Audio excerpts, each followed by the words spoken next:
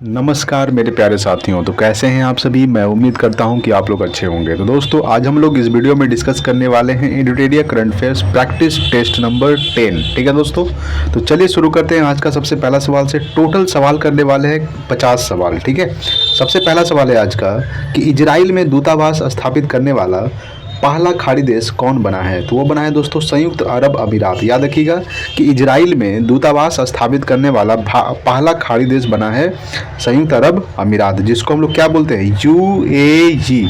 ठीक है, United Arab अमीराट्स। इसका राजधानी क्या होता है दोस्तों, यूएई का अबू धाबी यूएई का राजधानी है। ठीक है, अच्छा इजराइल की राजधानी क्या है दोस्तों, तो जेरूसलम इजराइल की राजधानी है।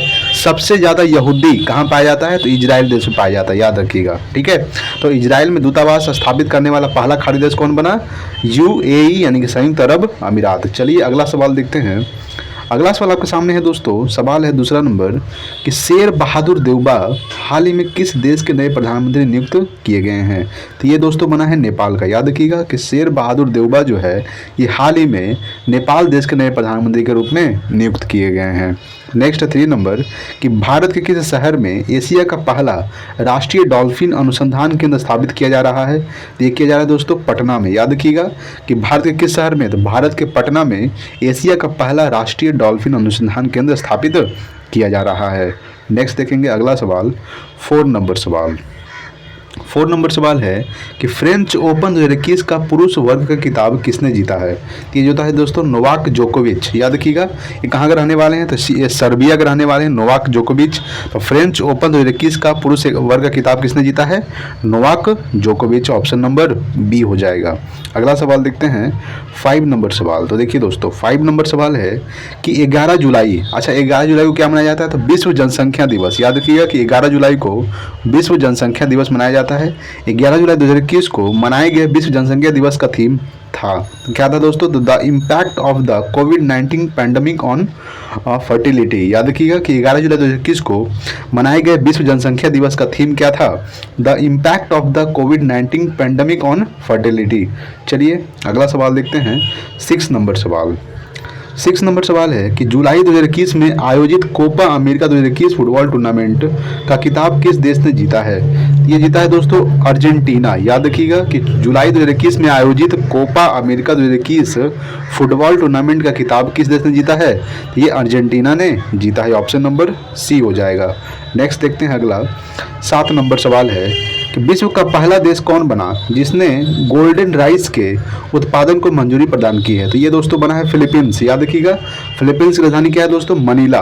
तो विश्व का पहला देश फिलीपींस बना है जिसने गोल्डन राइस के उत्पादन को मंजूरी दी है। ठीक है दोस्तों, याद रखिएगा। इंडोनेशिया राजधानी क्या है दोस्तों, जाकार्ता। और जाकार्ता में ही आसियान का मुख्यालय स्थित है, ASEAN। एशियन का मुख्यालय कहाँ है दोस्तों, तो इंडोनेशिया राजधानी जाकार्ता में स्थित है आसियान का मुख्यालय। सबसे ज़्यादा मुस्लिम किस देश में पाया जाता है, तो सबसे ज़्यादा मुस्लिम जो है ये पाया जाता है इंडोनेशिया में। याद रखिएगा। ठीक है, चलिए नेक्स्ट देखते हैं अगला 8 नंबर सवाल। ठीक है, देखिए 8 नंबर सवाल आपके सामने है दोस्त। सवाल है कि नेशनल थर्मल पावर कॉर्पोरेशन द्वारा किस राज्य में 10 मेगावाट क्षमता वाला देश का सबसे बड़ा सौर ऊर्जा पार्क का स्थापित किया गया। ये किया गया है दोस्तों, कहाँ किया गया है। सवाल है कि नेशनल थर्मल पावर कॉर्पोरेशन द्वारा किस राज्य में 10 मेगावाट क्षमता वाला देश का सबसे बड़ा सौर ऊर्जा पार्क स्थापित किया गया है। ये किया गया दोस्तों आंध्र प्रदेश में। कहाँ किया गया है, आंध्र प्रदेश। अच्छा आंध्र प्रदेश के वर्तमान में मुख्यमंत्री कौन है, तो जगनमोहन रेड्डी जो है ये आंध्र प्रदेश के मुख्यमंत्री हैं। ठीक है, चलिए नेक्स्ट देखते हैं अगला सवाल 9 नंबर सवाल। 9 नंबर सवाल है कि NTPC REL ने देश की पहली हरित हाइड्रोजन मोबिलिटी परियोजना की स्थापना के लिए किस केंद्र शासित प्रदेश के साथ एक समझौता ज्ञापन पर हस्ताक्षर किया है। ये क्या है दोस्तों, याद रखिए कि NTPC REL ने देश की पहली हरित हाइड्रोजन मोबिलिटी परियोजना की स्थापना के लिए किस केंद्र शासित प्रदेश के साथ, तो लद्दाख के साथ। ठीक है, एक समझौता ज्ञापन पर हस्ताक्षर किया है। चलिए नेक्स्ट देखते हैं अगला सवाल 10 नंबर सवाल। 10 नंबर सवाल है कि लद्दाख प्रशासन द्वारा केंद्र शासित प्रदेश लद्दाख को किस वर्ष तक पूरी तरह से जैविक प्रदेश बनाने का लक्ष्य रखा गया है। तो ये लक्ष्य रखा गया है दोस्तों, याद रखिएगा 2025 तक। ठीक है, यानी लद्दाख प्रशासन द्वारा केंद्र शासित प्रदेश लद्दाख को किस वर्ष तक, तो 2025 तक पूरी तरह से जैविक प्रदेश बनाने का लक्ष्य रखा गया है। ठीक है।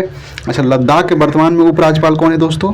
तो राधा कृष्ण माथुर जो है ये लद्दाख के उपराज्यपाल है। लद्दाख में मात्र 2 जिला है, कौन कौन सा है? लेह और कारगिल। ठीक है, चलिए नेक्स्ट देखते हैं अगला सवाल। अगला सवाल है 11 नंबर सवाल है कि भारत में पहली बार किस राज्य में मॉन्क फ्रूट की खेती शुरू की गई है? तो ये शुरू की गई है दोस्तों हिमाचल प्रदेश में। याद रखिएगा कि हिमाचल प्रदेश में भारत में पहली बार मॉन्क फ्रूट की खेती की गई है। हिमाचल प्रदेश के मुख्यमंत्री कौन है? तो जयराम ठाकुर जो है हिमाचल प्रदेश के मुख्यमंत्री हैं। नेक्स्ट देखेंगे अगला 12 नंबर सवाल। 12 नंबर सवाल आपके सामने है दोस्त कि हाल ही में किस राज्य सरकार ने एक ब्लॉक एक उत्पाद योजना की शुरुआत की है? ये शुरुआत की है हरियाणा ने। याद रखिएगा कि हरियाणा की सरकार ने एक ब्लॉक एक उत्पाद योजना की शुरुआत की है। नेक्स्ट देखेंगे अगला 13 नंबर सवाल। 13 नंबर सवाल है कि भारत का पहला विरासत संस्थान किस शहर में स्थापित करने की घोषणा की गई है? तो ये नोएडा में स्थापित करने की घोषणा की गई है। ठीक है, भारत का पहला विरासत संस्थान किस शहर में? तो नोएडा शहर में स्थापित करने की घोषणा की गई है। नोएडा कहाँ पड़ता है दोस्तों? यूपी में पड़ता है, उत्तर प्रदेश। ठीक है, याद रखिएगा। नेक्स्ट देखेंगे अगला 14 नंबर सवाल है कि 32वें ग्रीष्मकालीन ओलंपिक खेल के संबंध में कौन सा कथन सत्य है? सबसे पहला कथन है कि इसका आयोजन टोक्यो जापान में किया गया, ये बिल्कुल सही है। ठीक है, दूसरा कथन है कि इस ओलंपिक का शुभंकर मिराई तोबा था, तो ये भी सही है, बिल्कुल सही है। यानी ऑप्शन नंबर सी हो जाएगा, दोनों कथन सत्य है। चलिए अगला देखते हैं 15 नंबर सवाल। ठीक है, देखिए 15 नंबर सवाल है कि हाल ही में मिस इंडिया यूनिवर्स 2021 का खिताब किसने जीता है? तो ये जीता है दोस्तों वैदेही डोंगरे ने। याद रखिएगा कि वैदेही डोंगरे ने मिस इंडिया यूएसए 2021 का खिताब जीता है। नेक्स्ट है कि भारत का पहला समुद्री मध्यस्थता केंद्र भारत के किस शहर में स्थापित किया जाएगा? तो याद रखिएगा कि भारत का पहला समुद्री मध्यस्थता केंद्र भारत के भुवनेश्वर शहर में स्थापित किया जाएगा। कहाँ किया जाएगा? भुवनेश्वर, सॉरी दोस्तों, भुवनेश्वर में नहीं किया जाएगा, ये किया जाएगा, सॉरी मिस्टेक हो गया, ये गांधीनगर में किया जाएगा। याद रखिएगा कि भारत का पहला समुद्री मध्यस्थता केंद्र जो है भारत के किस शहर में स्थापित किया जाएगा? तो ये गांधीनगर में किया जाएगा। कहाँ किया जाएगा दोस्तों? गांधीनगर। मिस्टेक हो गया दोस्तों। ठीक है, चलिए नेक्स्ट देखते हैं अगला सवाल। अगला सवाल है 17 नंबर सवाल है दोस्त। 17 नंबर सवाल है कि किस राज्य सरकार ने ट्रांसजेंडरों को सरकारी सेवाओं में 1% आरक्षण देने की घोषणा की है? ये क्या है दोस्तों? कर्नाटक। याद रखिए कर्नाटक सरकार ने ट्रांसजेंडरों को सरकारी सेवाओं में 1% आरक्षण देने की घोषणा किया है। ठीक है, अच्छा कर्नाटक के नए मुख्यमंत्री कौन बने हैं? तो बसवराज बोम्मई जो है कर्नाटक के नए मुख्यमंत्री हैं, बसवराज बोम्मई। ठीक है, चलिए नेक्स्ट है 18 नंबर सवाल कि किस संस्था के द्वारा देश के पहले नैनो यूरिया लिक्विड को लॉन्च किया गया है? तो इफको IFFCO संस्था के द्वारा देश के पहले नैनो यूरिया लिक्विड को लॉन्च किया गया है। ऑप्शन नंबर ए हो जाएगा, IFFCO यानी कि इफको। नेक्स्ट देखते हैं अगला 19 नंबर सवाल। 19 नंबर सवाल है कि निम्नलिखित में से किस संस्था ने दुनिया की सबसे लंबी अंडर सी केबल परियोजना के निर्माण की योजना बनाई है? ये बनाई है दोस्तों गूगल ने। ठीक है, यानी गूगल के CEO कौन है दोस्तों? तो सुंदर पिचाई जो ये गूगल के CEO हैं। ठीक है, याद रखिएगा। तो सवाल है कि किस संस्था ने, तो गूगल ने दुनिया की सबसे लंबी अंडर सी केबल परियोजना के निर्माण की योजना बनाई है। याद रखिएगा। ठीक है, अच्छा आपको एक सवाल बताना है, कमेंट बॉक्स में आपको बताना है कि ट्विटर के नए CEO कौन बने हैं। ठीक है, ट्विटर के नए CEO कौन बने हैं ये कमेंट बॉक्स में आपको बताना है। ठीक है, चलिए नेक्स्ट देखते हैं अगला 20 नंबर सवाल। 20 नंबर सवाल है कि हाल ही में किस मंत्रालय द्वारा 9 देशों के भारतीय दूतावासों में वन स्टॉप वेंटर खोले जाने की घोषणा की गई है? तो महिला एवं बाल विकास मंत्रालय द्वारा। ठीक है, कौन है महिला एवं बाल विकास मंत्रालय दोस्तों? तो ये है स्मृति ईरानी है। कौन है? स्मृति ईरानी, महिला एवं बाल विकास मंत्रालय। तो हाल ही में किस मंत्रालय द्वारा? तो महिला एवं बाल विकास मंत्रालय द्वारा 9 देशों के भारतीय दूतावासों में वन स्टॉप वेंटर खोले जाने की घोषणा की गई है। चलिए अगला सवाल देखते हैं 21 नंबर सवाल। 21 नंबर सवाल है कि by many a happy accident recollections of a life के लेखक कौन है? तो ये है दोस्तों मोहम्मद हामिद अंसारी। कौन है? Mohammad Hamid Ansari by many a happy accident recollections of a life के लेखक हैं। चलिए अगला सवाल देखते हैं 22 नंबर सवाल। 22 नंबर सवाल है कि जनवरी 2021 में देश का पहला फायर पार्क किस शहर में स्थापित किया गया? तो ये दोस्तों किया गया है उड़ीसा में। याद रखिएगा कि जनवरी 2021 में देश का पहला फायर पार्क कहाँ किस राज्य में स्थापित किया गया है? ये किया गया है दोस्तों उड़ीसा। उड़ीसा के मुख्यमंत्री कौन है? नवीन पटनायक। राज्यपाल कौन है दोस्तों? तो गणेशी लाल है। नेक्स्ट देखेंगे अगला सवाल है 23 नंबर सवाल। 23 नंबर सवाल है कि निम्नलिखित में से लाइट हाउस परियोजना का संबंध किससे है? तो यह है दोस्तों पर्यावरण अनुकूल मजबूत घर प्रदान करने से। याद रखिएगा कि लाइट हाउस परियोजना जो है का संबंध किससे है? तो यह है पर्यावरण अनुकूल मजबूत घर प्रदान करने से। नेक्स्ट देखेंगे अगला 24 नंबर सवाल। 24 नंबर सवाल है कि किस राज्य केंद्र शासित प्रदेश द्वारा महिला शिक्षा को बढ़ावा देने हेतु सुपर 75 यानी सुपर 75 छात्रवृत्ति योजना की शुरुआत की गई है? ये की गई है जम्मू कश्मीर। यानी किस राज्य केंद्र शासित प्रदेश द्वारा? तो जम्मू कश्मीर केंद्र शासित प्रदेश द्वारा महिला शिक्षा को बढ़ावा देने हेतु सुपर 75 छात्रवृत्ति योजना की शुरुआत की गई है। अच्छा, जम्मू कश्मीर के उपराज्यपाल कौन है? तो मनोज सिन्हा। याद रखिएगा कि मनोज सिन्हा जो है ये जम्मू कश्मीर के उपराज्यपाल है। ठीक है, चलिए नेक्स्ट देखेंगे अगला 25 नंबर सवाल। देखिए 25 नंबर सवाल आपके सामने है दोस्त कि भारत सरकार द्वारा कोविड-19 वैक्सीन के रजिस्ट्रेशन हेतु किस ऐप को लॉन्च किया गया है? ये लॉन्च किया गया है कोविन। ठीक है, कोविन यानी भारत सरकार द्वारा कोविड-19 वैक्सीन के रजिस्ट्रेशन हेतु किस ऐप को लॉन्च किया गया है? तो कोविन ऐप को लॉन्च किया गया है। नेक्स्ट 26 नंबर, विश्व वायु गुणवत्ता रिपोर्ट 2020 के अनुसार निम्नलिखित में से किसे दुनिया की सबसे प्रदूषित राजधानी घोषित की गई है? तो नई दिल्ली को। याद रखिएगा कि किसे दुनिया की सबसे प्रदूषित राजधानी घोषित की गई है? तो नई दिल्ली को। नेक्स्ट देखेंगे अगला सवाल है 27 नंबर सवाल। 27 नंबर सवाल है कि गोवा में आयोजित 51वें अंतर्राष्ट्रीय फिल्म महोत्सव में फोकस देश के रूप में किस देश को चुना गया है? तो ये चुना गया है दोस्तों बांग्लादेश को। याद रखिएगा कि गोवा में आयोजित 51वें अंतर्राष्ट्रीय फिल्म महोत्सव में फोकस देश के रूप में किस देश को चुना गया है? तो बांग्लादेश को चुना गया है। ठीक है, चलिए नेक्स्ट देखेंगे अगला सवाल। अगला है 28 नंबर सवाल। 28 नंबर सवाल है कि जर्मन वॉच संस्था द्वारा जारी वैश्विक जलवायु जोखिम सूचकांक 2021 के संबंध में कौन सा कथन सत्य है? सबसे पहला कथन है कि इस सूचकांक में प्रथम देश मोजाम्बिक को प्राप्त हुआ। तो ये बिल्कुल सही है। ठीक है, इस सूचकांक में भारत का स्थान 7वां है। ये भी सही है, यानी कि ऑप्शन नंबर सी हो जाएगा, दोनों सही है। ठीक है, चलिए नेक्स्ट देखेंगे अगला सवाल 29 नंबर सवाल। 29 नंबर सवाल है कि काजा क्लास को हाल ही में किस देश की पहली महिला प्रधानमंत्री के रूप में नियुक्त किया गया है? तो एस्टोनिया के। याद रखिएगा कि काजा क्लास को एस्टोनिया देश की पहली महिला प्रधानमंत्री के रूप में नियुक्त किया गया है। ठीक है, चलिए नेक्स्ट देखेंगे अगला 30 नंबर सवाल है। 30 नंबर सवाल बोला कि सामाजिक न्याय एवं अधिकारिता मंत्रालय द्वारा वृद्धजनों को पोषण उपलब्ध कराने हेतु किस अभियान की शुरुआत की गई है? यह अभियान शुरू की गई है वृद्धजन पोषण मिशन। ठीक है, वृद्धजन पोषण मिशन अभियान की शुरुआत की गई। सवाल था कि सामाजिक न्याय एवं अधिकारिता मंत्रालय द्वारा वृद्धजनों को पोषण उपलब्ध कराने हेतु किस अभियान की शुरुआत की गई है? तो वृद्धजन पोषण मिशन की शुरुआत की गई है।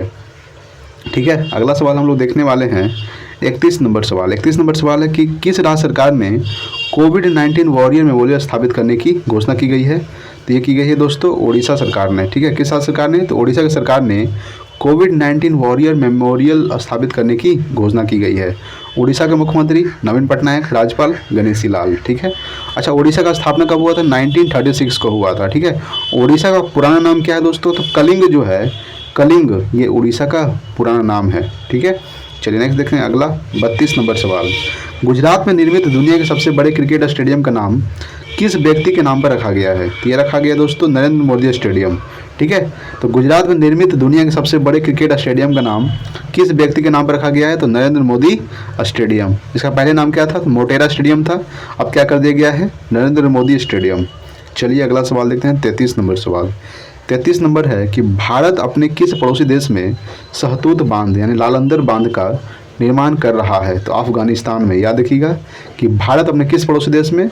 तो अफगानिस्तान में सहतूत बांध का निर्माण कर रहा है। अफगानिस्तान की राजधानी क्या है दोस्तों?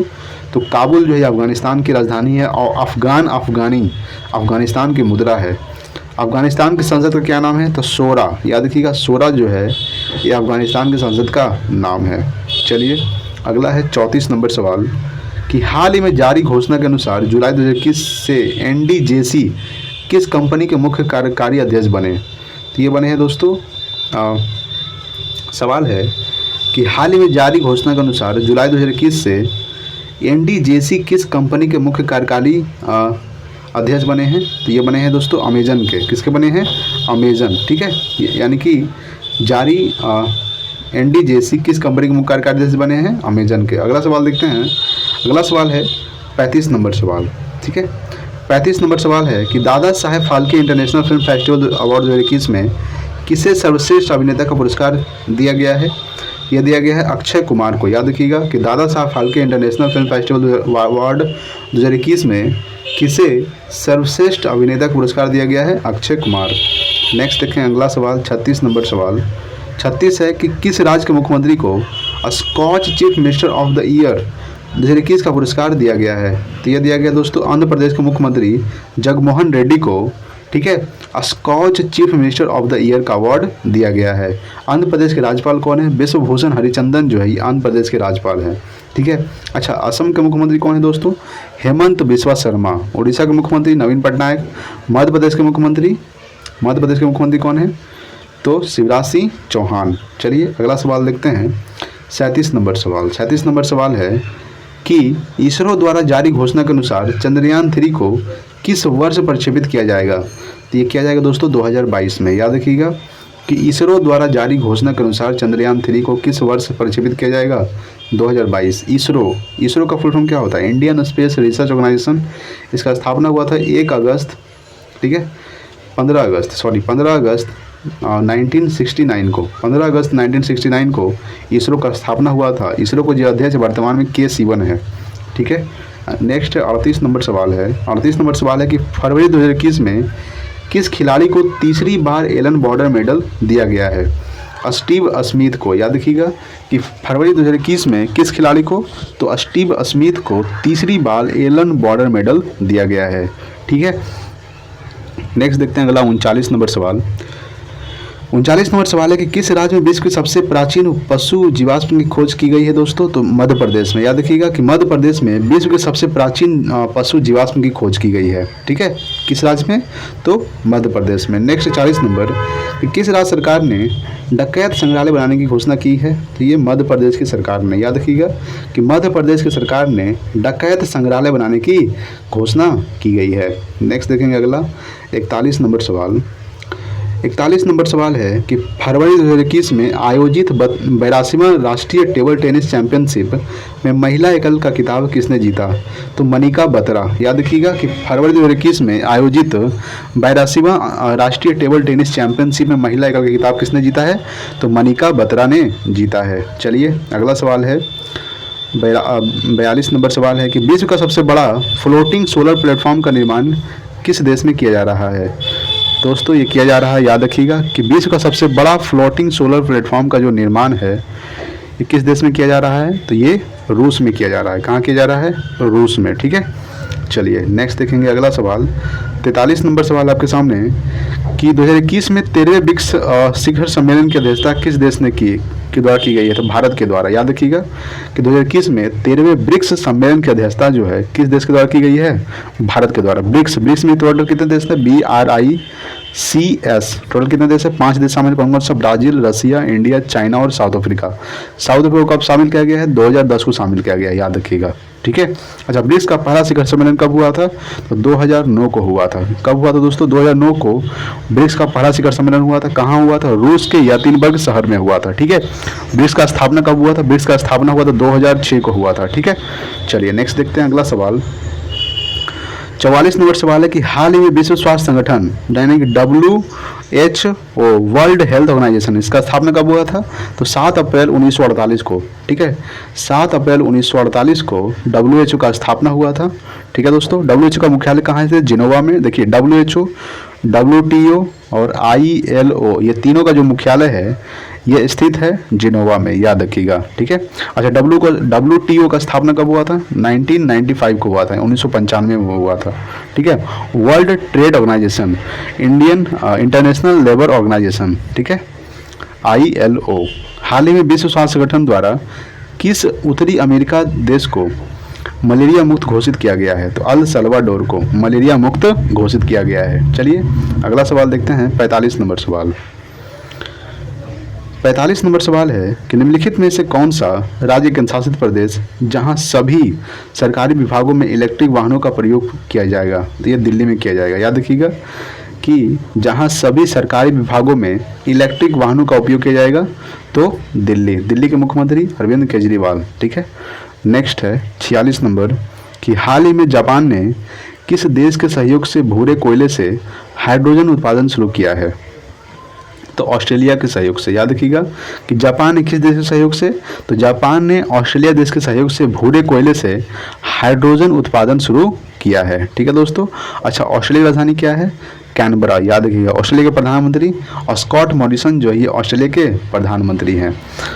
फूमियो किसिडो, ये जापान के नए प्रधानमंत्री कौन बने दोस्तों? तो फूमियो किसिडो जो है जापान के नए प्रधानमंत्री बने हैं। नेक्स्ट 47 नंबर सवाल।